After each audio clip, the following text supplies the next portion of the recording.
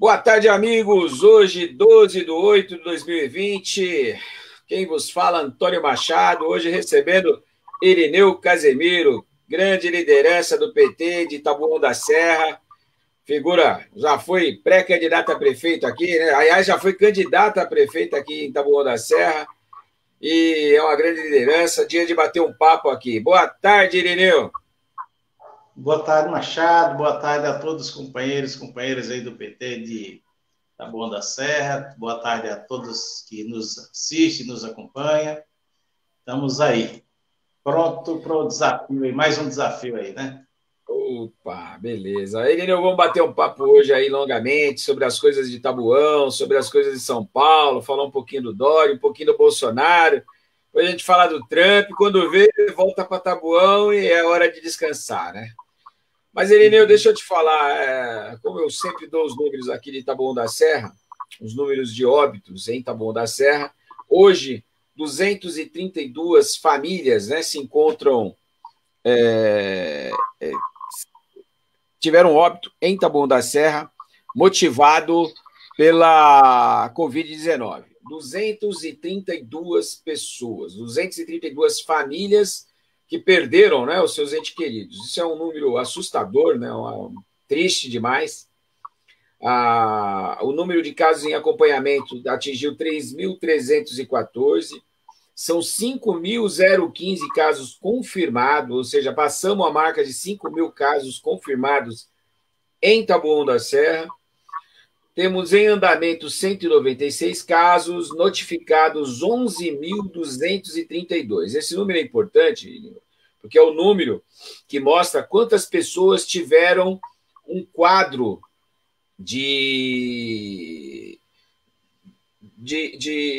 como eu posso falar, de um quadro de Covid, né? Um quadro de possivelmente ter tido.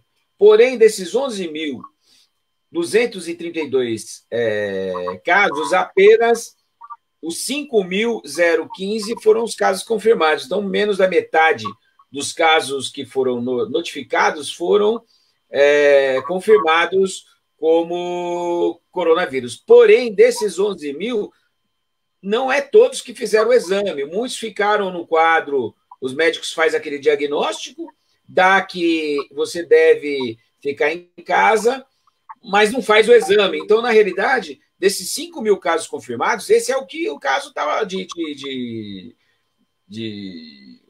pô, me some a palavra bem na hora que eu fui falar aqui. Mas o quadro da pessoa estava tão fortemente ligado à Covid que eles fizeram o exame, mas é muita gente. 5.000, quer dizer, com certeza, desses 11.232 casos notificados, a grande maioria dele pode ter sido, sim, também de coronavírus, né? Casos internados em Taboão da Serra são 8. Na realidade, tanto aqui em Taboão como em São Paulo, os hospitais mudaram a política.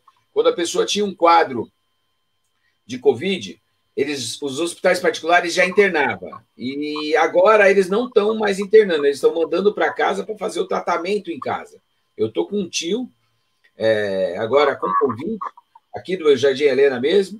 Ele já teve a filha que teve Covid, foi tratada em hospital particular em São Paulo, Lefort, e se curou. Em seguida, o marido, quando ele voltou para casa, o marido pegou e acabou sendo internado também. E agora esse meu tio, né, está com Covid, caso confirmado, fazendo tratamento em casa. Mas aqui em Taboão da Serra, a informação que a gente tem é que não é mais para internar. Então, os médicos estão internando só casos que já estão com um grau elevado de problemas, né? Então, estão evitando internar. Então, esse número mais baixo de internação é um número político, é um número que os prefeitos estão querendo colocar que tem menos gente infectada, quando, na realidade, o número de infectados, Irineu, só aumenta. Aqui, na cidade de Taboão da Serra, o número de infectados confirmados aumentou por demais, o número de mortes voltou a aumentar, a gente está aí, 229 casos ontem foi notificados e hoje 232. Significa que de ontem para hoje morreu 3 pessoas. O quadro de internados, que ontem era 9, hoje é 8. Quer dizer, houve uma substituição dos internados por óbitos a um ritmo de 3 por dia, e infelizmente não estão internando todo mundo que de repente precisaria ser internado, né? Bom, esse quadro é o quadro geral aí para Taboão da Serra. Para São Paulo, 25.151 casos hoje de óbitos. No Brasil, 103.421 casos de óbitos. No mundo, 749.570 casos, para mais de 20 milhões de casos notificados. Como você está vendo, Irineu, essa situação do aumento, infelizmente, o novo aumento que está tendo de casos de óbitos em Taboão da Serra e, na realidade, em São Paulo, em todo o Brasil, né? Então, o interior, infelizmente, está aumentando a quantidade de óbitos em todo o interior paulista, né, Irineu? Eu vejo com bastante tristeza e preocupação, Machado, porque, olha, quantas mortes, quantas pessoas infectadas não poderia ter sido evitada, né? Se os nossos governos, primeiro, fossem transparentes com os números, porque a transparência ela é fundamental, não para botar medo nas pessoas, mas para dizer, ó, isso aqui é verdade. Tem muita gente que não acredita, né? Só acredita quando acontece dentro de casa. Infelizmente, está acontecendo muito, né? Isso demora. E a quantidade de pessoas que estão com corona andando por aí, sem máscara, sem tomando os cuidados, os devidos cuidados, né? Estando em aglomeração e tudo mais. E, infelizmente, só um pouco é isso. Agora, os governantes, nós, principalmente o presidente do Brasil, já pensou quantas mortes poderia ter? Você falou aí, né? 103.425 mortes, óbito, né? Quantas pessoas poderiam ter sido evitadas, né? De morrer, de falecer, de chegar a óbito? Se o governo fechasse as fronteiras, como os muitos, né, países fizeram. Muitos países fizeram isso. Quando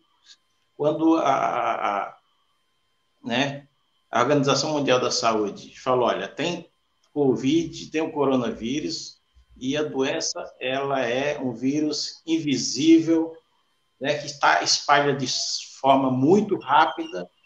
E o presidente do Brasil fez que nem os Estados Unidos, falaram, não, deixa para lá, né? Fica fazendo brincadeirinha com essa pandemia, com essa doença que é grave, né? Então, eu fico analisando essas coisas, né? E as pessoas, muitas vezes, né, ela tem a palavra como presidente como uma lei, né? O presidente falou, é verdade, apareceu na televisão, é verdade. Então, o presidente, quantas vezes ficou andando sem máscara, ficando a mão das pessoas, passando a mão no nariz, né? De forma muito irresponsável, né? E o presidente da República, qualquer gesto que ele faça, ou fale, só liga. se torna, para muita gente, é verdade. Então, faltou responsabilidade do presidente Bolsonaro nessa questão, né? Faltou assumir as coisas de frente, em primeiro plano, né? De correr atrás dos EPIs, né? De todo o material, de toda a infraestrutura médico. Ele não correu, deixou por último. Quem começou a fazer esse movimento foi o prefeito e os governadores. Por isso que a gente vê nas pesquisas os governadores e os prefeitos sendo bem avaliados nessa questão do Covid, coisa que não aconteceu com o presidente, infelizmente, né? Mas a luta continua e as pessoas estão morrendo, e a doença é grave, e ela está rodando por aí, né? Está rodando no seu quintal, está rodando na sua casa aí. Então nós temos que tomar cuidado de fazer o que tem que ser feito e passar para as pessoas tomarem mais cuidado, né? Eu vejo muita gente aí com a máscara no queixo, outra na boca, outra pendurada na orelha, né? A gente anda por aí, a gente vê muito isso, né? Não usa álcool gel quando está nos locais, ainda fica apertando a mão por aí, né? Então, assim, a gente avisa que a doença está matando mais os pobres, né? É isso que a gente vê, né? As pessoas, quando morrem, né, os familiares não podem nem enterrar, né? Não podem nem enterrar, porque é um negócio grave. Então, nós já perdemos, eu já perdi, né? Gente conhecida, amigos, e teve parente meu bem próximo, irmão meu, cunhado, que foi contaminado, né? Só não foi entubado, porque diz que quando chega o cara, quando é entubado, o negócio fica, aí é complicado, viu? Então, graças a Deus que não foi uma coisa profunda.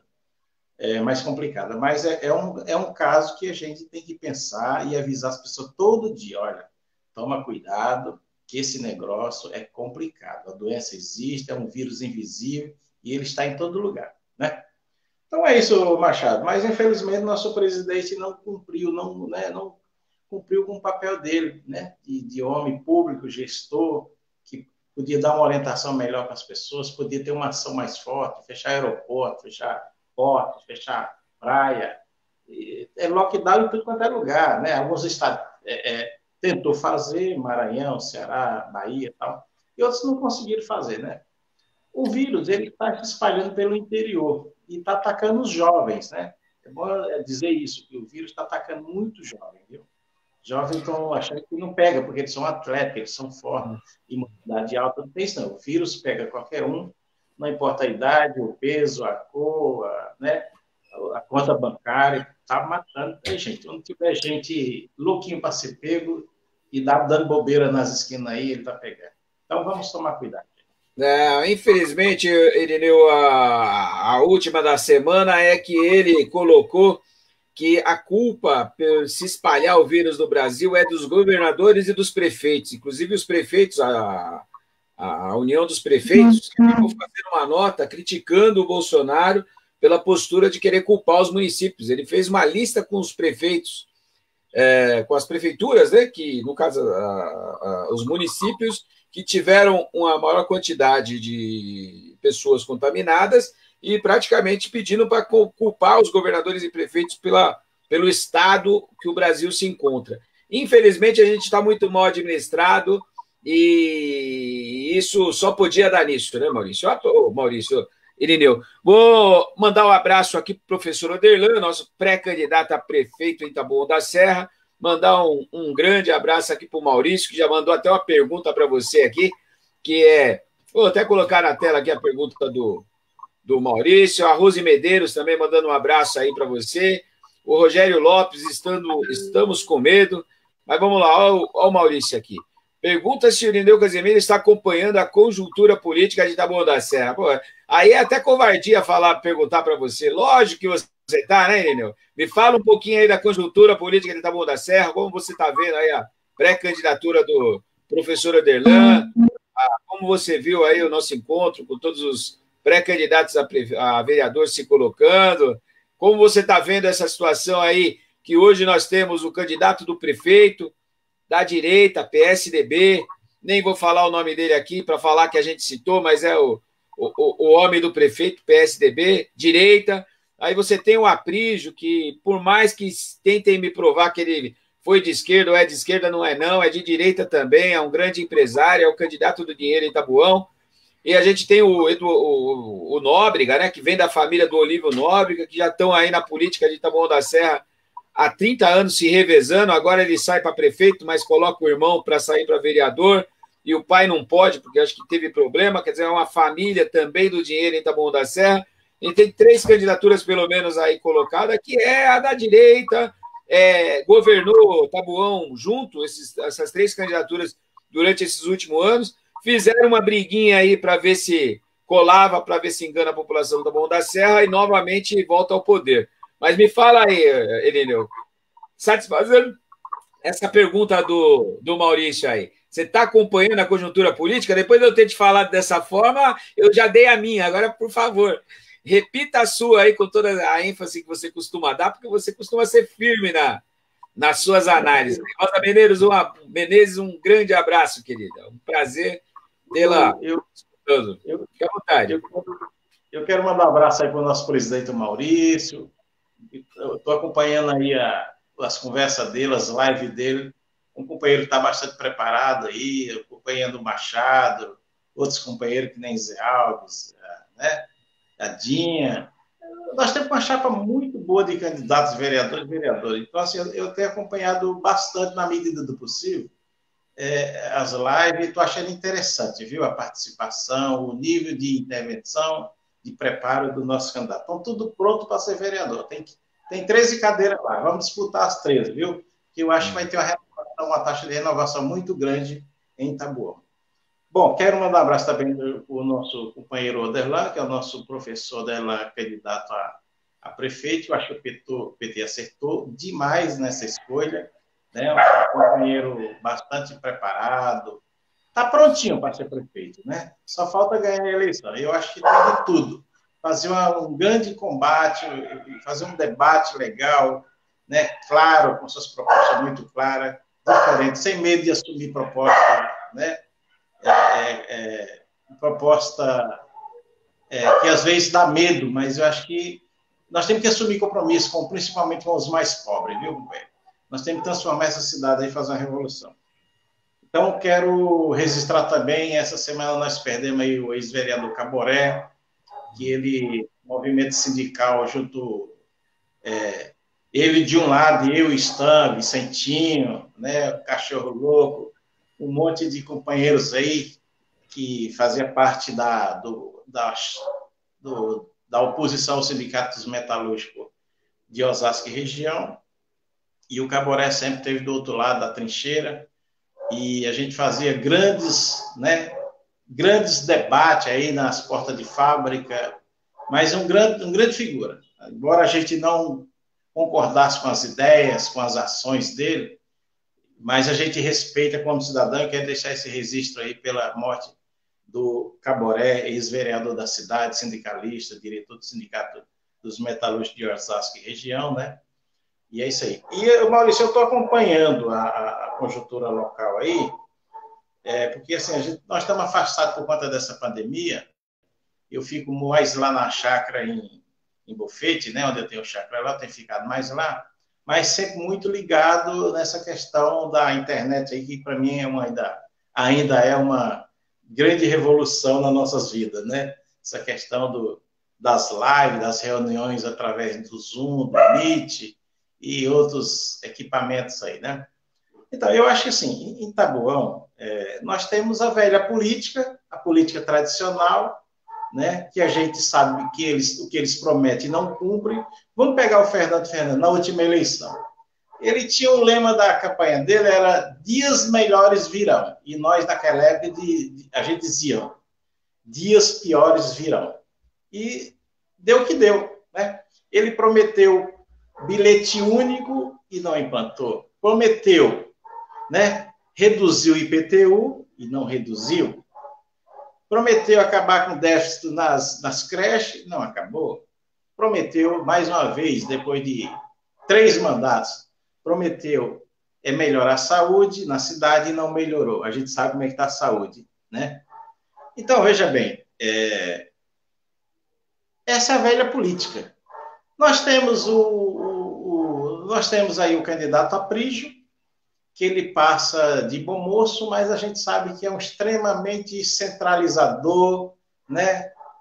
Da velha política tradicional, conservador, não tem grupo, ele decide as coisas só pela cabeça dele.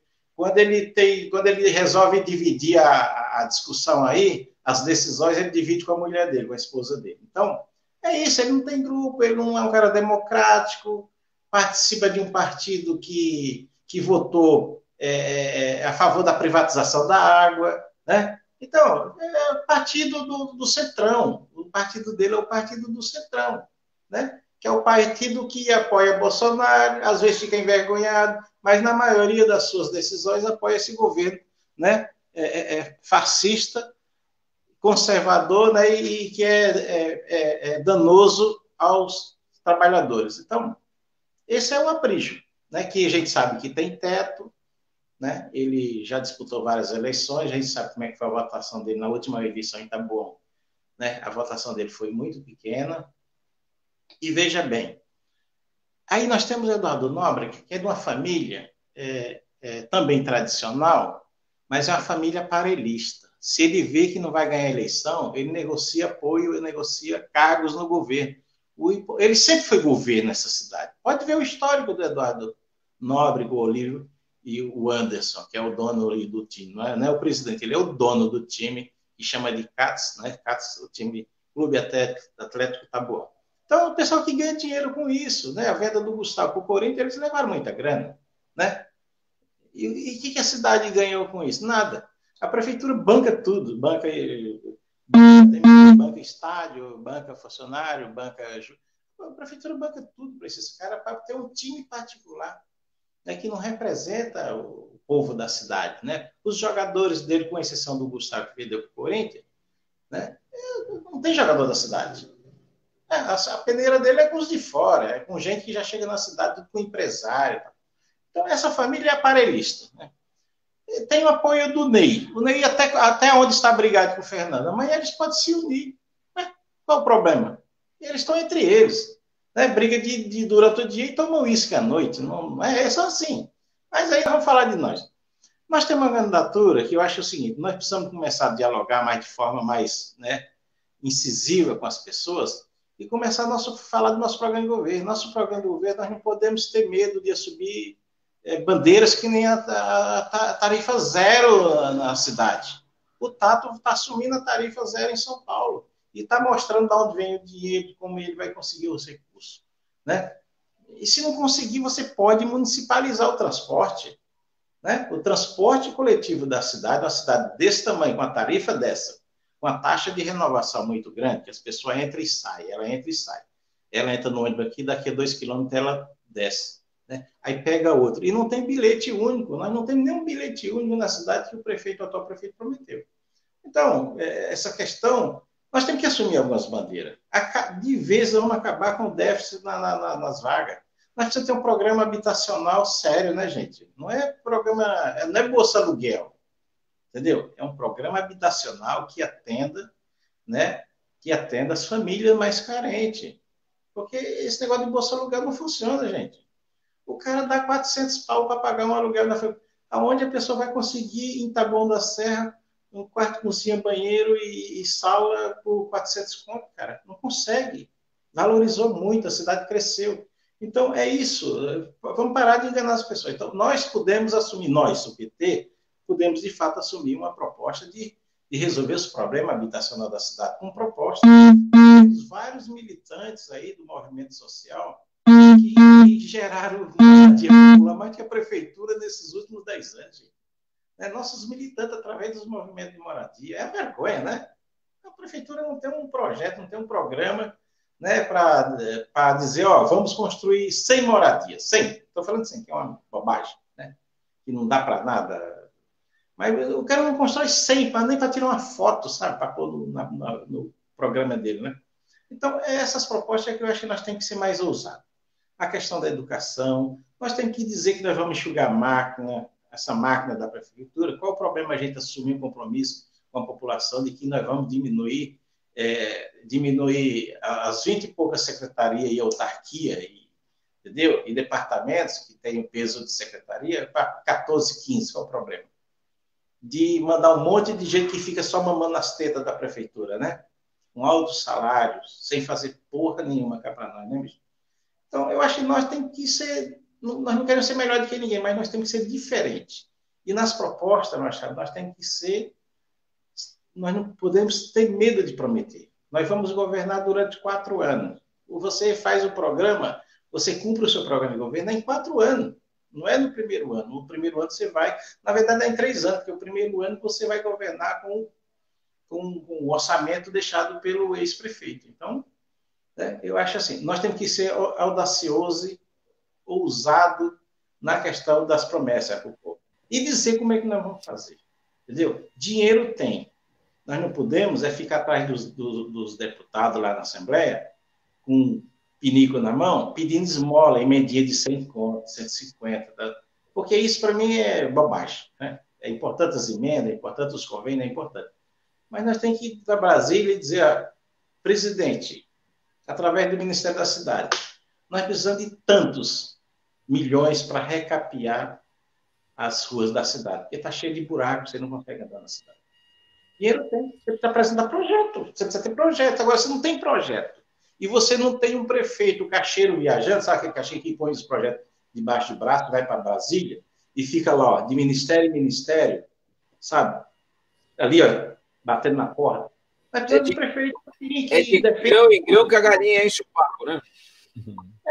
É de grão em grão que a galinha enche o papo. Você vai ter que ter secretários e prefeito e vice-prefeito que trabalhem, que vá fazer com que o dinheiro venha para o município, né? Não dá para ficar esperando aqui. Teve uma situação aqui que, para poder dar o aumento para os funcionários públicos, ele estava aguardando uma posição do governo Bolsonaro, se ia poder ou não fazer o repasse do resíduo. Quer dizer, ele estava aguardando a posição, mas a secretária do prefeito, isso o prefeito falou em uma entrevista, ele estava aguardando a secretária dele ligar para a secretária da Economia, lá, a secretária da Economia, para ver se ele poderia dar ou não. Praticamente ele já falou que não e não deu, né? Essa é uma realidade. Estamos, Irineu, em Taboão da Serra, no estado de São Paulo e no Brasil, sem uma equipe econômica. Dá para acreditar numa coisa dessa? Como você viu essa situação? Estamos com Dória agora com Covid no estado de São Paulo, com uma equipe que era do Temer, né? O pessoal da economia do estado de São Paulo era do governo Temer. E parte participando do governo Bolsonaro, quando é demitido, vem para o governo Dória. Me diz aí, como você analisa essa situação do PSDB governando o estado de São Paulo? O dinheiro está chegando em Bofete? O secretário do subgerente, entendeu? Do subtroço. Liga para o prefeito e fala, prefeito, olha, tem um convêniozinho aqui de 20 mil reais para você fazer um portal da cidade.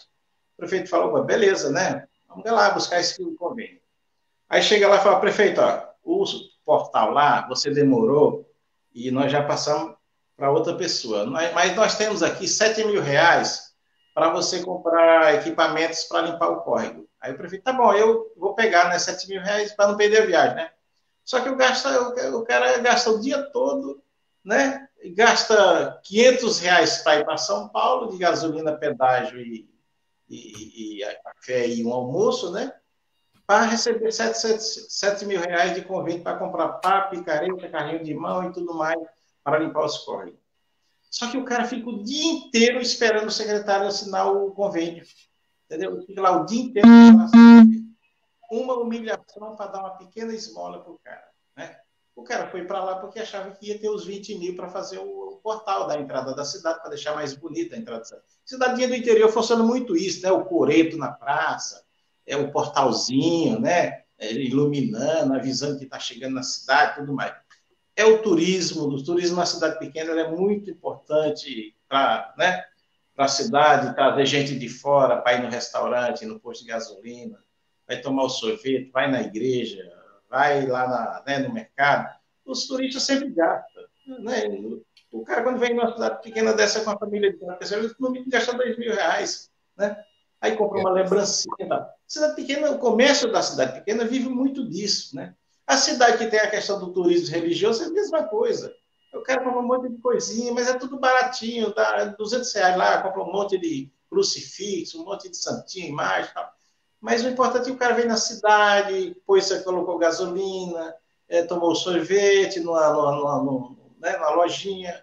Então, isso que gera emprego, são os pequenos comércios que geram emprego na cidade que sustenta. Porque na cidade pequena, quem emprega é a prefeitura, né? Infelizmente, o maior empregador em cidade pequena é a prefeitura. Na verdade, o maior gerador de riqueza para a cidade são os aposentados, pensionistas e o BPC. E também o Bolsa Família. Essa é a maior renda. Né? É a maior renda. Se você calcular o pessoal que tem aposentado na cidade, no interior, né? Os aposentados pensionistas, eles que participam do BPC, do Bolsa Família, é esses que movimentam a cidade. Né? Porque o cara vai comprar no comércio local, para não gastar dinheiro com gasolina, com passagem de ônibus, tudo mais que é barato. Então é isso. Não tá bom da terra, a gente não tem nada. Tá bom, infelizmente o prefeito, né? O prefeito nós não temos, sabe? Tem vários pontos que você poderia, sabe? Vamos pegar a Secretaria de Cultura, pegar os pontos turísticos, divulgar onde tem os barzinhos à noite, que tem uma musiquinha ao vivo, que tem segurança, tem estacionamento. Tem lugares gostosos, tá bom. Mas não tem uma política da prefeitura para incrementar, para divulgar esses espaços. A prefeitura serve para isso. Né? Prefeitura. Nós estamos dentro de São Paulo. De um lado tem o Campo Limpo e do outro lado tem o Butantã. Né? O pessoal passa direto da nossa cidade, vai para o Imbu. Por quê? Lá o pessoal divulga a cultura, né, o turismo. Tá bom, nós temos bons lugares para visitar também. É só divulgar, tem que divulgar. Né? Agora, E as pessoas dentro desse podem... tema, Irineu, só para te colocar aqui, ó, o Maurício colocou aqui, não vai vir, vai dar reajuste anual aos funcionários públicos. E encaixa isso que ele está colocando, que é o que eu tinha colocado, que infelizmente o prefeito de Itabuão deu uma resposta automática em uma entrevista que ele deu aqui, de que ele não daria o reajuste anual para os funcionários públicos de Itabuão e livre nomeados de Itabuão, um reajuste que é por lei ele poderia dar, ele não deu, porque o Bolsonaro, lá em março, quando foi fazer a lei de enfrentamento ao Covid, ele colocou que não teria direito. Olha só a maldade e a falta de um economista lá em Brasília que pense no social. Ele colocou na lei de combate ao Covid, que sabia que ia ter desemprego, que os prefeitos, para receber o dinheiro a ser gasto no combate ao Covid, não poderia dar reajuste aos funcionários públicos e automaticamente aos livres nomeados das suas cidades, caso eles quisessem o dinheiro para tratar do Covid. Ou seja, o próprio prefeito entregou que o Bolsonaro proibiu ele de dar o aumento, senão ele não receberia aí os 32 milhões que o Bolsonaro mandaria para a cidade. E na entrevista ele fala que ele estava analisando, o advogado estava vendo, mas a secretária ia ligar. Quando o Maurício coloca aqui, é isso mesmo, Maurício. Infelizmente, nós estamos com o presidente e temos o Guedes lá na economia, que está trabalhando a contragosto e, infelizmente, um dinheiro como esse, Irineu, os funcionários públicos de Taboão da Serra vão ganhar menos graças a existir o Covid, que seria, esse ganho a mais seria para gastar aqui em Taboão da Serra com o comerciante, com o turismo, com o comércio, com a própria economia. Quer dizer, esse pouquinho que iria entrar a mais, distribuído para todos os funcionários públicos do município, na realidade seria gasto onde? Aqui, criando mais empregos aqui mesmo. A roda da economia giraria. E, infelizmente, é o que você colocou. Seja aqui em Tabuão, seja numa cidade pequena do interior, a situação acaba sendo a mesma, porque o que aconteceu aqui, a lei é nacional. Todos os municípios do Brasil não vão poder dar aumento aos seus funcionários, mesmo tendo caixa para isso, porque senão não recebe o dinheiro para combater o Covid. Agora você imagina, são 32 milhões que viria para Taboão da Serra, que já houve a chantagem econômica de que não se deve dar dinheiro a pobre. Casa exatamente o que você está falando aí, né? Quanto ao PT de Taboão apresentar as propostas, elas têm que vir exatamente dentro do que você colocou aí. Agora, infelizmente, a gente gira, e para combater o Covid, a gente precisa da economia, e a gente descobre que, infelizmente, já começa lá de cima a proibição ao pequeno município de gastar o seu dinheiro para fazer a economia girar. Fica difícil, né, Casemiro? Muito difícil essa situação. Mas é a política do Estado mínimo que o PSDB concorda, né? É que o Maurício me corrija. Quando o prefeito Fernando Fernandes era vice do Armando Andrade, depois ele virou prefeito, eles ficaram 11 anos, se eu não me engano, sem dar um centavo, né? Sem dar um centavo de aumento para o funcionário público. Quem deu depois né, foi o Evilásio, que não deu o que os ilustradores merecia, fazer a reposição da inflação e as perdas salariais, né? Então, não repôs. Mas deu um copinho de água lá para os caras não morrer de sede, né? Então, veja bem, essa é a política do PSDB, entendeu? Quer dizer, eles não olham, eles não estão do lado dos pobres, não estão do lado dos pequenos comerciantes, do cara que tem um bazarzinho, uma pizzaria, um bar, um sacolão, eles não estão do lado desses comerciantes, né? Eles sempre ficam do lado dos grandes, que é os grandes que dão dinheiro para financiar as campanhas dele, né? Então, veja bem, é isso. O Maurício, como funcionário público, conhece muito bem essa questão, mas o funcionário público vai dar o troco, né? Eu acho que o funcionário público precisa começar a reagir, né? Parar de ser capacho, né? Porque tem muitos que são verdadeiros capachos, né? E não conseguem reagir, não conseguem. Nós temos um sindicato, infelizmente, que foi nós que ajudamos a colocar lá, que é pelego, não defende os trabalhadores, né? O Sindicato Funcionário Público, está lá até hoje por liminar, se o Maurício de novo me corrija se eu estiver errado, né? Está lá por liminar, porque nós temos também um judiciário na cidade que não vê as coisas, né? E aí é tudo em gaveta, não decide nada, não respeita as decisões dos trabalhadores, né? O sindicato, quando era combativo, jogava um papel fundamental, né, importante na defesa dos trabalhadores, né? Mas, olha, eu acho que os funcionários públicos, eles fazem política todo dia, desde quando acordam até quando vão dormir. Eu acho que eles vão dar a resposta nessa eleição, né? Porque é fundamental. São muitos agentes públicos e políticos da cidade que trabalham na prefeitura, né? Hoje nós temos uma massa de trabalhadores assim bastante chateados, revoltados, exatamente com as condições de trabalho, né? E porque nós também temos um coronel na cidade que não se preocupa com essa questão dos direitos, né, dos trabalhadores. Eu acho que é isso, nós precisamos dialogar com esse segmento. O Maurício pode ser a porta de entrada, deve ser a porta de entrada, que está lá há muitos anos, conhece né, os corredores, os bastidores da prefeitura, e pode ajudar muito nessa gente e se elaborar uma política de governo para esse segmento, que é fundamental para a cidade, que é o pessoal que toca a cidade no dia a dia, nas dificuldades e nas horas difíceis, porque não tem hora fácil, não, né? Eu acho que nós temos que ir com esse segmento. Não, é verdade. Eu estou com a pirâmide aqui social do Brasil e ela está assim, ó, 1% da população brasileira, apenas 1% ganha, é uma pesquisa feita pelo Datafolha, tá? 1% da população brasileira, só 1% ganha acima de R$ 19.961. 1%. Isso significa que a gente tem 1%, vamos arredondar aqui, tem 2 milhões de pessoas que ganham acima de R$ 19 mil. É muito pouca gente quando a gente pensa em 210 milhões de habitantes no Brasil. 64% dos brasileiros ganham menos de 2.994. Aí a gente está incluindo aquela média lá de cima dos 1%, mas 64% não ganha mais do que R$ 2.900. Ou seja, só aqui a gente já fez um corte de 64% até 2.900. Você tem 18% da população brasileira que ganha de 2.995 a 2.490. Essa é a classe média. 18% ganha menos de R$ 5 mil, certo? Entre 2.900 e 4.400. E 12% que ganha de 4.491 a 9.990.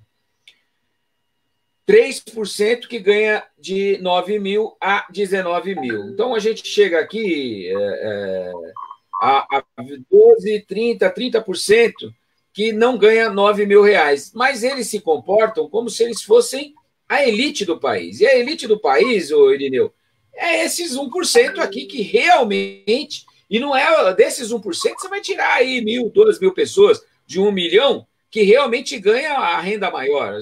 A grande maioria ganha nessa base aí de 19, tira 27% de imposto de renda, ele não ganha 19, ele vai ganhar menos de 15.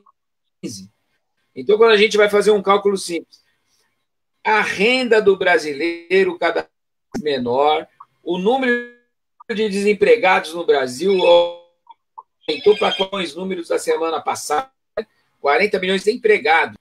Esse é o número que o Bolsonaro divulga, aí 13 milhões, culpa do PT, e vem aquela balela toda que eles falam nos últimos 4 anos, né? Para não dizer 6, já são 4 anos que eles governam o Brasil, 13 milhões de desempregados procurando emprego, 40 milhões de desempregados, porque o restante não procura emprego, porque já está isolado. Essa é a economia real do Brasil, né, Irene? Fica difícil da gente comparar essas rendas e enquadrar no povo brasileiro e dizer que está tudo bem. Não está tudo bem, não. Um reajuste pequeno aos servidores dos mais de 5 mil municípios no Brasil ia fazer a economia girar. Era esse funcionário público que está levando dinheiro para casa, que está comprando no comércio e que está fazendo aquele comerciante ali ter um pãozinho a mais vendido no final do dia. Mas, infelizmente, sem ministro da Economia que pense no pobre, é difícil, né, Irino? Como você vê aí essa mudança do Guedes? Vamos trocar ele Então, olha, vocês vejam bem, nós temos uma categoria, um grupo grande de pessoas que você falou aí, né, que ganha até menos de R$ 3.000. Tem gente que acha que ele é classe média. Não é. Já foi, mas não é. Porque é o seguinte, ó, não dá para você... O pessoal ganha R$ 3.000, que tem três pessoas na família ou quatro, e mais os cachorros para pagar isso. Isso não é, o cara não tem qualidade de vida, cara. Não é muita grana se você fez. Porque o custo... Ó, eu passei no açougue hoje, olha. O quilo do patinho, que é a carne de primeira dos pobres, quando o cara compra só quando ele recebe um salarinho, aí ele compra lá um quilinho de bife. É R$ 30, cara. R$ 30. A costela tá R$ 26, aquela costela que o cara gostava de assar na brasa, mas assava só no governo Lula e Dilma, porque agora não assa mais não, é R$ 26. Naquela a gente paga R$ 8, 7 contos. O saco de carvão era R$ 3. Agora até o saco de carvão de 2 quilos tá 10 conto, cara. Não dá nem para fazer churrasco. Aí o cara inventa um tal de pão de alho lá, entendeu? Esquece churrasco. Então o brasileiro não tem churrasco. A classe média empobreceu muito, né? Agora nós temos a categoria de pobres, que também aumentou muito, e nós temos a categoria, né? O conjunto de trabalhadores miseráveis, esse percentual é muito alto hoje. E isso é muito ruim para a economia. Esse pessoal está sustentando hoje no auxílio emergencial do mês que vem, né? Para muitos já a última tabela recebe esse mês ainda, né? Então, e quando acabar, aí você vai ver o desespero dessas pessoas. A quantidade de gente que você vê pedindo esmola nos faróis aumentou muito, sabe? É muita gente pedindo esmola nos faróis. O pessoal dormindo na rua aumentou demais, entendeu? Então a gente vê que a pobreza está aumentando pelo número de moradores de rua e pelo número de pedintes nos faróis, nas ruas aí. Então, veja bem, a classe média, ela teve um suspiro no governo do PT, porque no governo do PT ela tinha um salário, né, tinha uma média salarial acima de R$ 8.000, aí a mulher podia ir na academia, podia ir no cabeleireiro, podia levar o cachorro no pet shop, podia sair um fim de semana para comer uma pizza ou jantar fora. Hoje ninguém faz isso, cara. O cara pensa 2 vezes para pedir uma pizza de mussarela com calabresa, cara, que é a mais barata, né? E eles vão naquele lugar que você comprando 2 pizzas e ainda ganha um Guaraná. Se tiver a promoção do Guaraná, é bom. Senão nem isso. As pessoas estão deixando de comer fora, né? E são essas pequenas empresas que movimentam o comércio, né? Sim. A pizzaria gera 2, 3 empregos diretos e aqueles entregadores lá que chega, tem lugar, tem 10 entregadores, entendeu? Hoje não tem mais. Tem um cara só entregando. E assim mesmo eu falo assim, e aí, mano? Já entregou quantas pizzas hoje, cara? Até agora só 2, né? Não pagou nem a gasolina. É essa situação que nós estamos chegando. O pessoal não está saindo para almoçar fora, até por conta da pandemia, não tem muito lugar que oferece jantar ou almoço. Mas a pessoa gostaria de sair com sua família, e, né? Como era no governo Lula. Eu lembro que no final de semana eu subia na minha laje lá, olhava assim para a parte de baixo, assim, ó, no domingão, sabe, domingão, era só a fumacinha subindo, churrasco, cara. Hoje, quando eu vejo a fumaça subindo assim, é alguém, os manos lá fumando, puxando um fuminho, né, meu? Aí o cara já sabe que tem um fuminho ali, até os caras puxando um fuminho baseadinho ali. Então, cara, a situação está complicada e ela vai ficar pior. Sabe por quê? Porque esse governo, ele veio aí, e eu acho que depois que saiu essa turma do governo hoje, né, o dono da Localiza lá que veio para privatizar, e não conseguiu fazer as privatizações, porque a ficha caiu, né? Ele falou assim, eu fiz um bom trabalho, né? As empresas que ele privatizou que dava lucro, né? Então, a gente conseguiu vender as empresas que davam lucro. E as que não dão lucro. Ninguém quer empresa que não dá lucro, né? Mas todas as estatais, ele deixou uma portinha aberta e falou, elas dão lucro, né? As empresas dão lucro. E por que o cara vai comprar uma empresa estatal que não dá lucro? Todo mundo quer comprar porque... Então, assim, aí vem dizer que a culpa é dos funcionários públicos, não sei o quê. Não é nada. O funcionário público carrega esse país nas costas. Todo mundo sabe disso, né? E a gente tem que valorizar essa categoria que é muito mal paga, né? Elas são muito mal pagas. Trabalham muito e ganham pouco. É assim que funciona, não são valorizadas. Nosso Existe, governo, nosso governo nós valorizamos, desde a Polícia Federal até passando pelos médicos de família, mais médicos, nós sempre valorizamos os trabalhadores. Né? Infelizmente, tem muita gente que não dá o braço a torcer por questões políticas, ideológicas, tudo bem. Mas o tempo está dizendo que o PT, né, que os caras, ficou muito clara a questão do golpe, que eles tiraram o PT porque o PT não é porque o PT corrompeu, roubou, não é nada disso. A Dilma foi caçada pelo que ela fez de melhor, não porque ela fez de pior. Né? É verdade. Os caras inventaram a tal de pedalada fiscal para tirar a Dilma, gente. Que covardia. Né? E os trabalhadores que estão no pato. O Michel Temer prometeu uma reforma, que se passasse a reforma trabalhista, ia gerar 1 milhão de empregos. Gerou 6 milhões de desemprego. Entendeu? A reforma trabalhista gerou 6 milhões de desempregados e um monte de emprego informal que não passa de escravo. Porque o cara que trabalha em home office,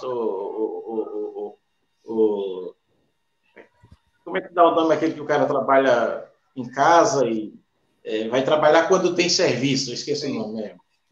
Temporário, né? Ele vai trabalhar como temporário. Quando ele chega no mês de receber as férias, não tem férias porque ele não trabalhou, ele trabalhou algumas horas. Aí, na hora de receber o 13º, não tem 13º porque também não acumulou hora suficiente para receber o 13º. Então, os direitos deles estão indo embora, não estão indo pelo ralo. E foi a reforma trabalhista que prometeu que ia melhorar os trabalhos, ia gerar 6 milhões, 7 milhões, 8 milhões de empregos, e a gente vê como é que está a situação do país.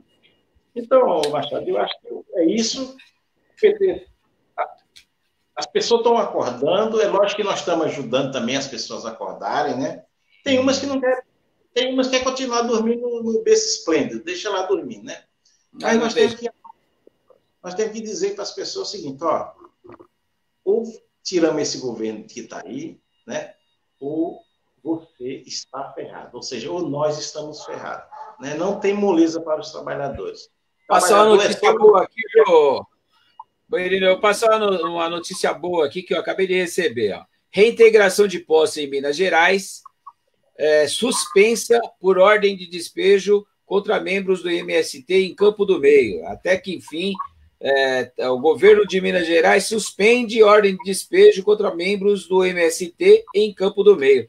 Aleluia! Resolveram suspender o despejo lá em Minas Gerais, estava previsto para hoje, né? Então, te cortei aqui porque entrou na minha tela aqui ao vivo, aqui eu falei, deixa eu passar ao vivo essa notícia, porque eu estava muito triste com essa situação que está acontecendo no Brasil inteiro. A justiça brasileira tem lado, infelizmente, é o lado do mais forte, é o lado desse 1% que governa o Brasil através dos seus representantes em Brasília, dos seus representantes na maioria dos municípios de todos os estados brasileiros. Quer dizer, quando 80% dos políticos do Brasil vão para a campanha esse ano, vão fazer campanha, vão pedir o voto do povo, em momento algum eles se colocam como pertencente a esses 19% aqui. Aliás, desse 1% brasileira. Eles se dizem defensores do povo, assim como os partidos de esquerda, e não, para a gente não é um problema esse 1% ter o dinheiro que tem. O problema é que quando eles têm o poder, eles vão defender o lado deles e jamais de um povo como esse, um povo sem terra, um povo sem teto nas cidades, um povo passando fome, um povo desempregado. Infelizmente, esses políticos vão defender, como o Guedes falou, se não for para mim defender as coisas que eu vim aqui para defender, então eu posso sair do governo. A minha equipe está saindo do governo porque não está conseguindo fazer tudo o que a gente queria para a elite. Bom, mas falado isso, e antes de devolver a palavra para escutar de você as considerações sobre isso, aí já estamos com 49 minutos, um abraço pessoal, pedir para todos compartilhar essa live, todo mundo que olhar, assistir, a gente sabe que vê na hora, muitas pessoas deixam para assistir depois. Então, assim que vocês assistirem, compartilhe essa live assim que você começar a assistir, para poder chegar em mais pessoas esse bate-papo aqui sobre a política de Taboão, do Brasil e do mundo. Mandar um abraço aqui, Dirceu, Enineu, para o Dirceu, mandar um abraço para a Idária, para a Cicota, para a Evânia, são todos pré-candidatos a vereador aqui em Taboão, viu, Irineu? O Cicota, a Evânia, a Vitória, o Travassos, o Pablo Robert, a Dinha, o José Alves, a Osmarina, mandar um abraço para o Luiz Amora, para o Jair Cardoso, grande Jair Cardoso, o eterno professor, Sérgio Silva, para a Thelma, para a Elza, para a Leni e para toda essa turminha aqui do PT de Taboão, que sempre prestigia assistindo com a gente. Um grande abraço para a professora Márcia,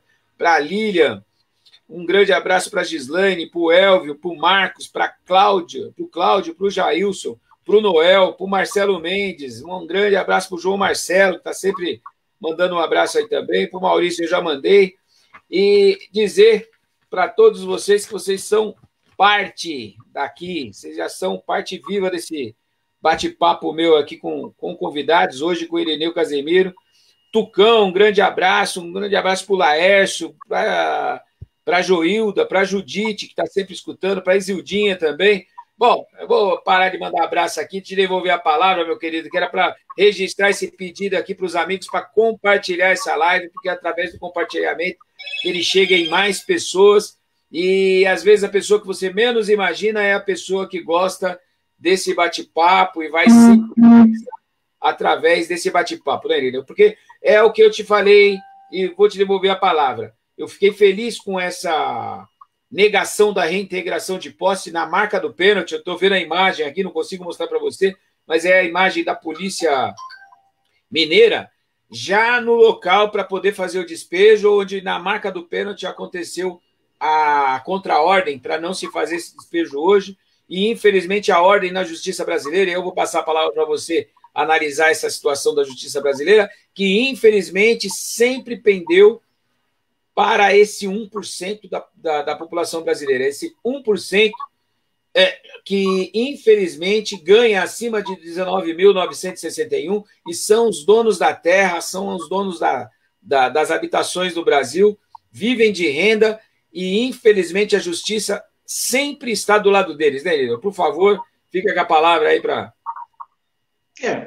esse problema sério do Brasil. Esse cara... um café, meu querido. Ó, todos os amigos, um grande café aqui, ó, trazido quentinho pela minha esposa. Então, obrigado, esposa. Obrigado.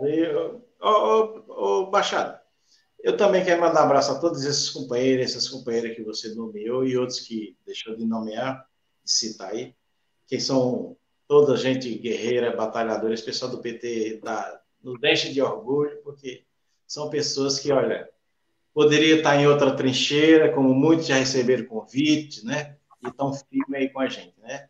Tem uns, né, tem alguns aí que foram para o outro lado, né? De repente virou a casaca. Eu vejo até o Wilson Antônio atacando o PT. Essa semana eu tive que ser duro com ele, né? Ele sistematicamente vive falando que nós somos um bando de corruptos, tal. E o PT é formado de gente trabalhadora, que acorda cedo, dorme tarde, gente muito comprometida, honesta, né? A maioria das pessoas sempre estão envolvidas nas campanhas de fraternidade, de solidariedade, sempre para ajudar seu vizinho, seu próximo, né, o pessoal do bairro. Nossa, o PT não é diferente de ninguém, é trabalhador, honesto, paga seus impostos direitinho, mas eles têm uma força, uma vontade de mudar a vida para melhor, né, de melhorar não só Taboão, São Paulo, Brasil e o mundo. Esse é nosso sonho. Agora, a gente tem que enfrentar esse governo, não tem jeito, né? Tem que enfrentar o governo federal, o governo Dória, né? Que estão sucateando a educação, a saúde, os compromissos dele, como você falou, é com os de cima, né? Deu uma luz essa questão da reintegração dos trabalhadores, do movimento dos trabalhadores sem terra, não ter sido concretizado em Minas, eu acho que foi uma bênção de Deus. Lá tem gente que não tem nem esperança, sabe? Não tem nada na vida.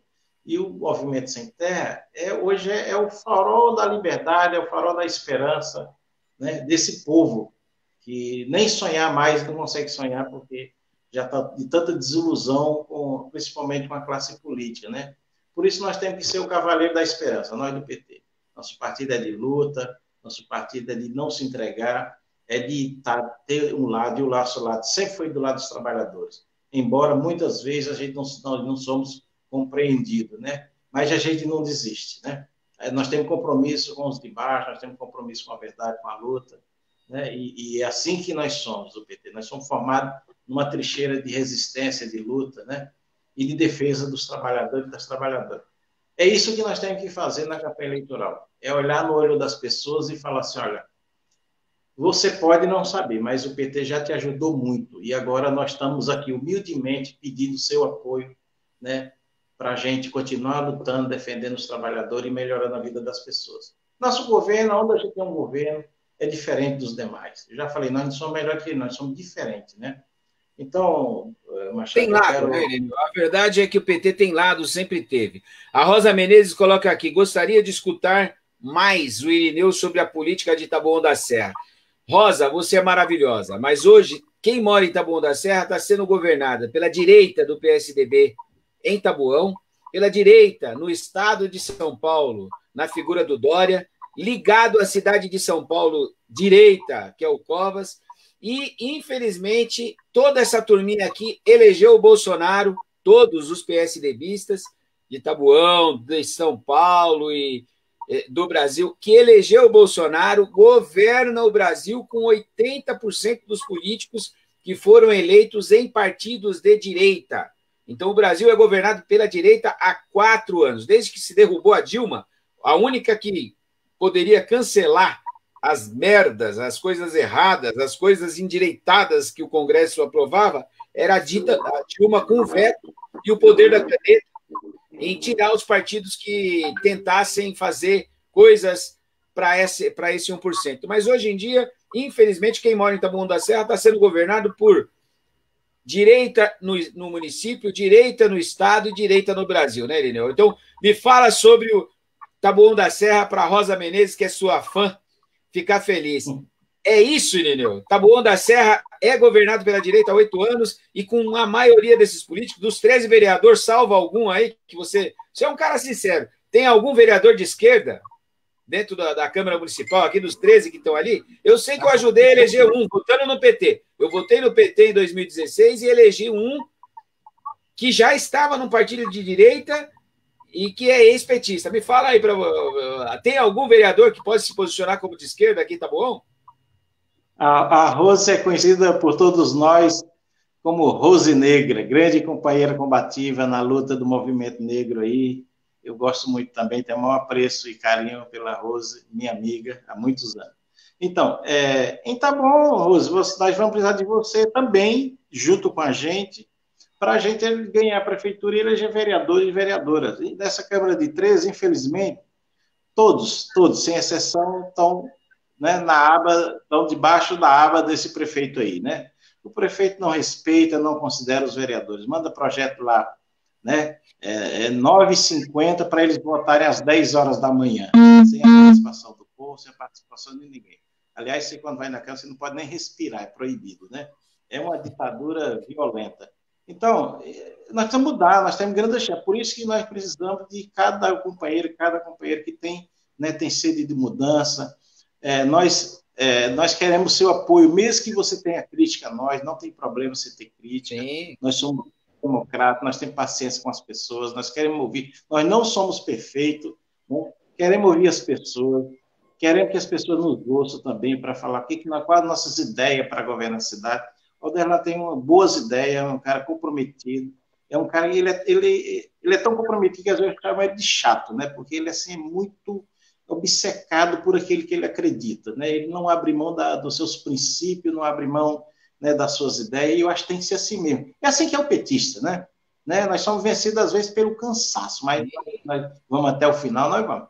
Nós não ficamos mudando de ideia, cada coisa que um fala, que outro fala. Não, a gente sempre ouve, mas com senso crítico, que é normal de petista, né? Se o petista já nasce crítico na barriga da mãe, já está lá se esperneando, lá louco para falar, né? Então, brincadeira, claro. Mas, assim, nós somos formados na escola de trabalhadores e trabalhadoras, e nós aprendemos a lutar pelos nossos direitos, né? A gente lutando os direitos não vem, imagina se não lutar, ficar em casa acomodado, sentado no sofá lá e tomando um cafezinho, uma cervejinha, né? Você imagina.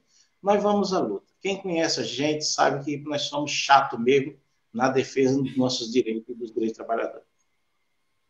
Ô, Irineu, já batemos aqui 1 hora de bate-papo, mas eu não consigo finalizar essa live com você antes de te explorar mais um pouquinho. Rosa Menezes, eu te amo. A gente vive se conversando ali onde ela tem uma lojinha aqui em cima do mercado, né, aqui no Jardim Helena. Eu sempre encontrei com ela aqui a vida inteira. E como petista, a gente sempre troca uma ideia rápida ali quando eu vou no caixa sacar um dinheiro. Então, Rosa, contamos com a sua negritude dentro do Partido dos Trabalhadores, fazendo campanha para os candidatos do PT, e a gente conta com você esse ano para conseguir eleger uma bancada de 13 vereadores. Aí eu forcei, né? Mas quem sabe? É só hora que abrir a urna que a gente vai saber quanto cada candidato do Partido dos Trabalhadores, no caso, pré-candidato hoje, cada pré-candidato vai conseguir de votos em Taboão da Serra, mas eu vou trabalhar para que todos consigam ser eleitos. Todos não, porque são 20, 13 entra com certeza, mas eu vou contar com a população e vou contar com a Rosa do nosso lado. Mas eu não podia finalizar essa live, Irineu, sem perguntar para você, porque eu tenho todos os antipetistas que eu conheço, pelo menos, nos últimos 4 anos, eles falam que o Temer é do PT. Foi vocês que votaram no Temer, o Temer é petista, o Temer é de vocês, e é o que eu mais escuto de todos eles. E eu sempre explico, olha, se fosse petista, não precisavam dar o golpe na Dilma para colocar ele. Ele entrou e mudou tudo, e ele foi um golpista sim. Bom, o papo nosso com eles, você já sabe qual é, mas você vai entender o que eu quero colocar. Quando a gente fala que metade do governo Temer, que governou desde o golpe, econômica, da equipe econômica, estava no governo Bolsonaro, junto com o Guedes, que ficou, o Guedes pediu para que eles ficassem no governo do Bolsonaro, ou seja, a equipe econômica do Bolsonaro, há 4 anos, governa o Brasil, junto com o pessoal do Temer, e quando a gente conta isso para eles, eles meio que falam, não, o Temer era do PT, então não é 4 anos, é só 1 ano e meio que o Bolsonaro está, coitadinho dele, o PT quebrou o Brasil, é a frase que a gente escuta, né? E durante esses 4 anos, eles escorraçam esse assunto de que o Temer é direita e que o governou junto com o Bolsonaro jogou junto com o Temer.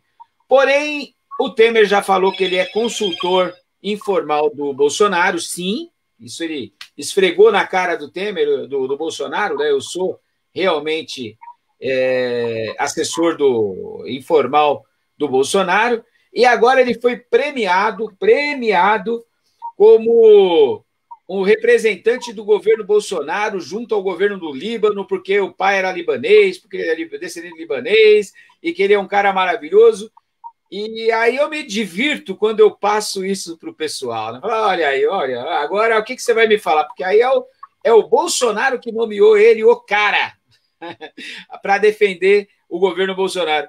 Me fala um pouquinho sobre isso. Você também está se divertindo com essa situação aí do Temer no governo Bolsonaro? Me fala aí para a gente finalizar esse papo. Vai, por favor. Mas, sinceramente, eu não estou. Eu estou com muita raiva, porque o Temer é um grande filho da puta golpista e fez parte do golpe, né? Ele fez parte do golpe. Ele está recebendo só um prêmio de consolação por ter ajudado a dar o golpe e ter ajudado a preparar o Bolsonaro e ajudar o Bolsonaro a ganhar o poder, como o Moro, que está aí pousando em Santinha e a Rede Globo tentando empinar. O Moro fez parte também, né? O Moro fez tudo aquilo lá, agora está sendo descoberto. Então é o seguinte, olha, nós estamos num momento, nós passamos uma fase importante e difícil. Continuamos porque os processos contra o Lula não acabaram. O Lula pode voltar para a cadeia, já pode dar outro golpe, né? O golpe pode continuar, né? O PT assim, é massa de pão. Quanto mais bate, mais ele cresce. Né? Os caras achavam que ele ia acabar prendendo o Lula e acabar. Nesse período que o Lula teve preso, o PT cresceu quase 2 milhões de filiados, cara. Nós tivemos quase 2 milhões de filiados, com o Lula preso, né? E agora, saíram... Entendeu? Então é o seguinte, eles continuam com muito ódio do PT. Por quê? Porque a nossa política é de inverter as prioridades, é tirar de quem ganha, né, através dos impostos que é pago, e distribui renda para os pobres, através dos programas sociais que o Bolsonaro quer mudar, porque disse que o Bolsa Família está muito carimbado com o nome do PT, né? Então, quer mudar de nome aí e tal. Então, que faz também, o golpe continua. Então, nós não podemos se iludir com isso. Nós temos que continuar lutando, fazendo a defesa, né? E desmascarando esses caras dos problemas que tiveram. Né? Hoje, infelizmente, no Supremo Tribunal Federal, os ministros que estão mais assim, à vontade, por incrível que pareça, um é o Gilmar, né? O Gilmar Mendes. Você veja bem o Gilmar hoje enfrentando esses caras, né? E o careca lá, o advogado do PPC, né? O Alexandre de Moraes. Né? Olha só, na mão de que nós estamos ferrados também. Então é o seguinte, mas vamos esperar. Acho que o Lula pode se safar disso aí, nós podemos desmascarar o Moro, a Lava Jato pode, dependendo da mudança, dependendo de quem vai entrar agora em setembro, outubro, no lugar do Celso Mello, pode mudar a composição do STF, e os caras, inclusive, podem fazer uma varredura na Lava Jato, né? E não descarta a questão da prisão do Dalton Dallagnol, né? E o questionamento Moro, que foi o cara que armou todo esse circo aí, né? E depois foi premiado com o Ministério da Segurança, Defesa e não sei o que mais. Então, assim, vamos lá, gente. Nós somos do PT, vamos fazer o enfrentamento todo dia, ou nas redes sociais, nas ruas, na urna, onde a gente tiver, nós vamos fazer esse enfrentamento. Nessa eleição, eu acredito muito que o PT vai sair muito bem. Primeiro, o partido melhorou muito a sua imagem diante da população, né? A nossa chapa em Itabuna, ela é muito boa. Se você comparar os anos anteriores, não tem comparação, né? Em 96 eu fui candidato, tinha 3 candidatos. A nossa chapa era 3, cara. Era o Zé Alves, o Jair e o Tafarel, né? Os demais, quando saía comigo para a rua, quando eu olhava para trás, os caras tinham sumido, né, meu? Vamos lá, todo mundo, na primeira esquina que quebrava, os caras sumiam, né? Então a gente tinha 3 candidatos. Nós não elegemos, fizemos uma boa votação, faltou poucos votos para eleger, né? Nessa eleição ela é diferente, né? É a eleição mais barata por conta da pandemia, não vai ter muita campanha de rua, mas não despreza a questão das visitas aos parentes, aos amigos, entendeu? Não esqueça de dizer que é candidato, né? Hoje eu fui na casa de um candidato do PT em Bufete, e o cara falou assim, eu fui levar um papelzinho que chama autorização para pedir autorização para colocar a propaganda, né? Aí o cara falou assim, não, eu não quero fazer isso, não, porque eu não quero que os vizinhos saibam que eu sou candidato, né? Eu falei, meu, para. Né? Mas vou fazer campanha só no município vizinho, não vou fazer campanha aqui onde eu moro. Não tem sentido. Dos 5 mil votos na cidade, o Haddad, no primeiro turno, o Haddad teve 855%, em torno aí de 27%, né? Isso no primeiro tempo. Em torno de 855, eu não lembro, um pouco menos de 25. No segundo turno, ele teve mais de 1.500 votos, entendeu? Então, ele teve um crescimento bom. Eu falei, nós vamos atrás dos votos dos eleitores do PT, que são esses que votaram no Haddad no primeiro turno. Vamos lá, tira a bunda da cadeira, se anima e vamos conversar. O não nós já temos. Nós vamos atrás achar. Você tem que achar a pessoa. Agora, vou fazer uma última pergunta aqui para você, e aí a gente finaliza, que já são 1h, e o normal seria até 1h, já estamos com 1h08 de bate-papo. Já finalizar essa live sem fazer a pergunta do Maurício. Se fosse eu perguntando, o Oderlan poderia brigar comigo, porque, afinal, eu sou só o secretário de comunicação do PT, que não poderia estar sabendo me comunicar com o pessoal do PSOL. Mas como é o presidente do PT que pergunta para uma figura chamada Irineu Casemiro, eu fico à vontade para fazer a pergunta, Irineu. Cuidado com a resposta, porque senão o Oderlan fica bravo com a gente. O que o Irineu Casemiro acha da polêmica sobre o PSOL em São Paulo? Polêmica sobre o PSOL em São Paulo, eu quero acreditar que seja a candidatura do PSOL em vez de apoiar o petista de plantão, né? O nosso post-mor, o nosso candidato do PT. Eu acredito que é isso. Me fala, Casemiro, o que você está vendo, como você está vendo essa conjuntura do PSOL com a Erundina e o Boulos em São Paulo e o nosso candidato, que é o Tato, né? Para mim, sou Tato e pronto, mas como você destrincha essa que o presidente do PT de Taboão fala? Aqui em Taboão, nós gostaríamos muito de ter o PSOL como vice-prefeito e na nossa campanha aqui em Taboão. Está difícil as negociações, acredito que está quase que impossível, porém o professor Oderlan ainda acredita que temos uma pequena chance do PSOL vir e nos apoiar. Mas depende também da conjuntura de São Paulo. Última pergunta para você, aí você já entra nas considerações finais aí. O que você acha sobre a polêmica do PSOL em São Paulo? O que ele quis dizer com a polêmica em São Paulo, eu vou deixar para você entender. Por favor. Não, o que eu acho, Machado? Eu acho que não tem polêmica nenhuma. O problema é o seguinte, ó, tem toda uma conspiração de fora para dentro do PT e para dentro do PSOL também, que são duas ações diferentes. Primeiro é inflar nas pesquisas, inflar o Guilherme Boulos nas pesquisas, que o Guilherme Boulos, que é para nós, não tem 10% nas pesquisas, todo mundo sabe. Não tem pegada, não tem estrutura para isso. Você falar assim, Guilherme Boulos tem 3%, 4%, eu acredito, mas 10% não. Tem toda uma tramóia aí, uma conspiração contra nós, que é inflar o Guilherme Boulos e diminuir a votação do Gilmar Tato, né? Se falar assim, o Gilmar Tato tem 4%, eu acredito que tem 4%, porque nesse período, na outra eleição, o Haddad estava com 3% e ganhou a eleição, entendeu? Então, veja bem, existe toda uma tramóia, toda uma conspiração contra o PT e o PSOL, que é colocar um contra o outro, né? É a esquerda se degladiar, se galfiar. Primeiro, assim, é muito natural que o PSOL tenha sua candidatura própria, e é muito natural o PT ter candidatura própria. Nunca que nós vamos retirar a candidatura do Gilmar Tato para apoiar o Guilherme Boulos. Né? É uma eleição de 2 turnos, vai ter segundo turno. Nós do PT, o Gilmar vai para o segundo turno, não tenha dúvida, entendeu?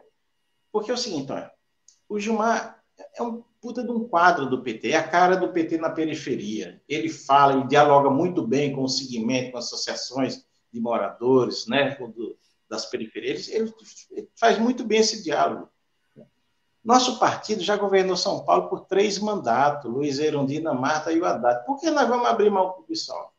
Tem muita gente fazendo esse movimento. Vai quebrar a cara, não vai acontecer. O partido é muito grande, é cheio de corrente, é cheio de tendência.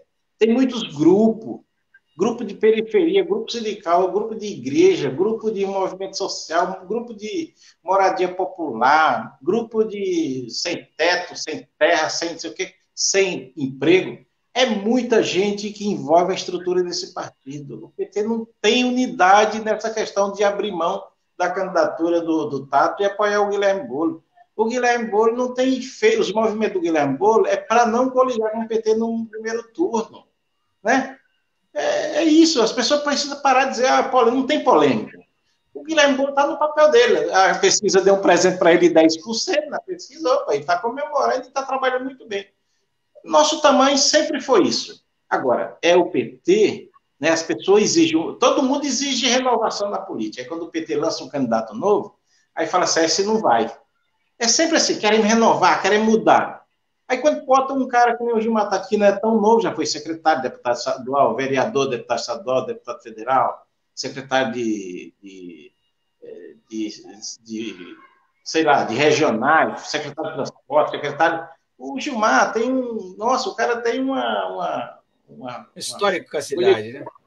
O cara tem uma folha de serviço prestado à sociedade muito grande. É o cara do bilhete único, é o cara dos corredores de ônibus, é o cara... Entendeu? É muita política, né? É o cara que enfrentou a máfia dos pirueiros. O pessoal já esqueceu, mas foi Gilmar que enfrentou a máfia dos pirueiros em São Paulo. O pessoal falou, foi Marta. Não, foi ele. Foi o cara que levou, né revólver na cara dos bandidos dos pirueiros, entendeu?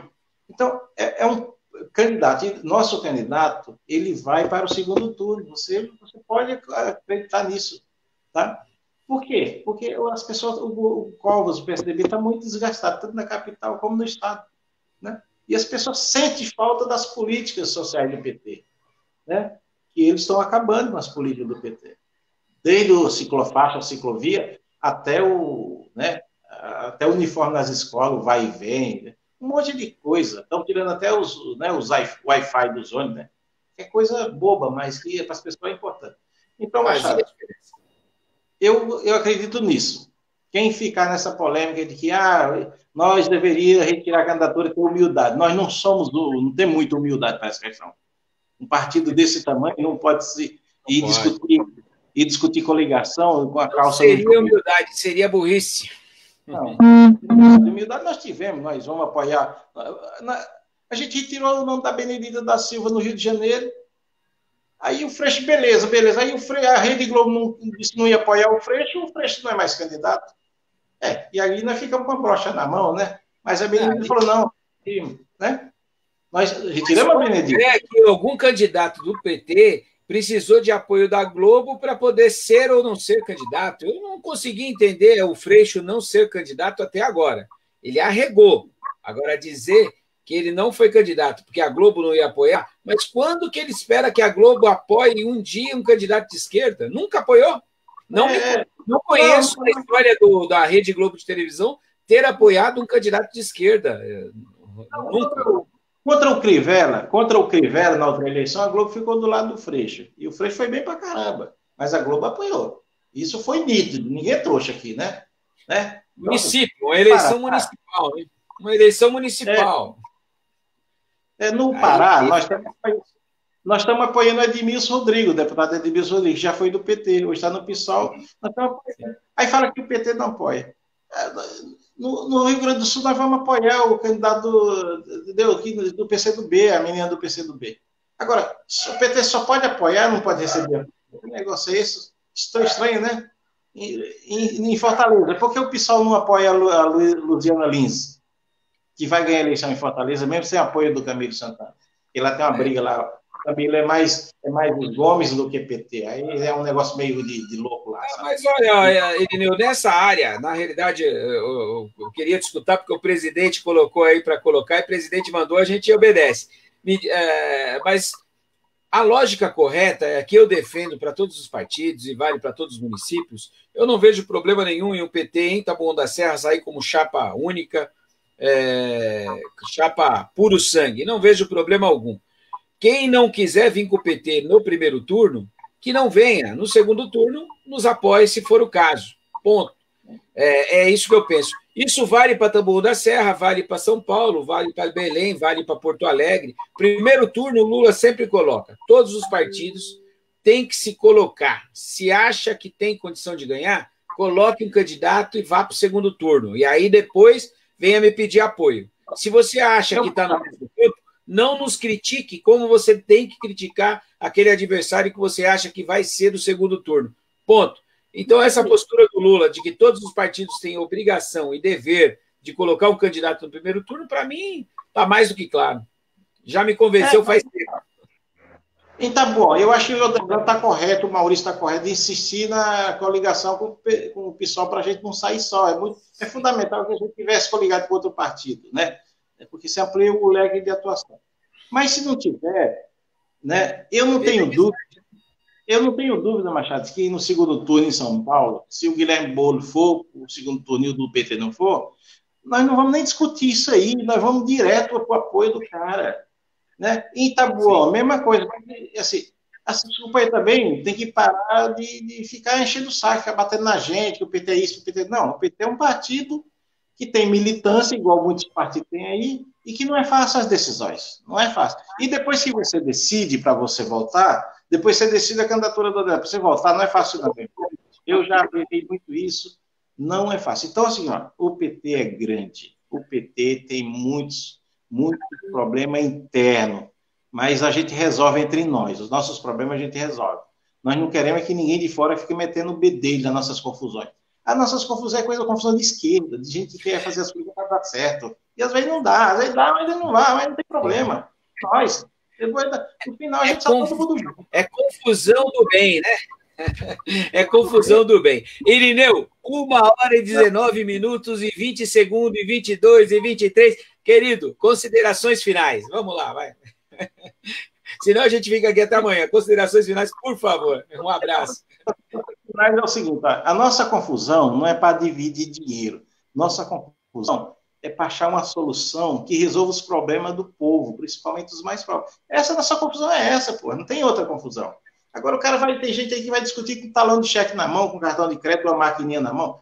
Manda o cara para se ferrar, né? Porque nós estamos aqui, porque nós temos sonho, a gente acredita na política como ferramenta de transformação. A gente não está aqui para se locupletar, para se dar bem, para ficar rico. Não é nada disso, né? Quantos anos eu estou na política e eu estou ficando mais pobre cada dia que se passa, é incrível, né? Mas não estou reclamando também, não faz parte. Então, é o seguinte, a minha consideração final é desejar a todos os companheiros do PT, as pessoas de bem, as pessoas que querem mudança na cidade, soma com a gente, vem com a gente, né? Temos um bom candidato e um time de candidato a vereadores e vereadoras, né? Gente já provado na luta, não foi provado ali no quintalzinho, numa aulinha de ciência, não. O cara foi provado na luta, na resistência. Então, nosso time está pronto para ocupar as câmaras de vereadores e fazer um bom mandato. Nosso companheiro dela, eu não tenho nem dúvida da capacidade dele, e a sua, que eu esqueci de falar de você, que você é candidato também, né? Então, assim, eu desejo muita sorte para nós todos, que eu faço parte disso, né? Eu estou aqui, mas eu estou aí, sabe? Eu estou aqui, mas a cabeça está lá. Falo com os companheiros todo dia de Taboão. Quando eles não ligam, eu ligo. Eu falei, e aí, o que está acontecendo? Tem novidade? Não tem? Então, um pouco é isso, Machado. E acredito nesse partido, né? Nesse partido de luta, de esperança, de transformação, né? Que onde governou melhorou a vida das pessoas. Tá bom? Um abraço fraterno, solidário e vamos à luta. Bacana. Um abraço a todos, muito obrigado, Irineu. É sempre um prazer bater um papo contigo. Você é uma pessoa respeitadíssima aqui no Taboão, exatamente pela sua história dentro do PT do Taboão. Eu sou novinho aqui internamente no PT, mas sempre muito feliz por pessoas como você ter feito a história do PT do Taboão. Então, hoje, quando eu escuto as histórias do PT do Taboão, você está em todas as histórias, né? Então, é figura a ser respeitada, a ser escutada, e todos com quem eu converso, sempre a referência à sua pessoa, sempre de ótima grandeza. Então, um grande abraço, muito obrigado por novamente aceitar esse bate-papo. É sempre um prazer bater esse papo com você. E, amigos, compartilhe essa live para que mais pessoas possam ter o prazer de escutar um pouquinho mais sobre a política de Taboão, São Paulo, Brasil e o mundo. Um abraço, querido. Um abraço. Boa noite, amigos.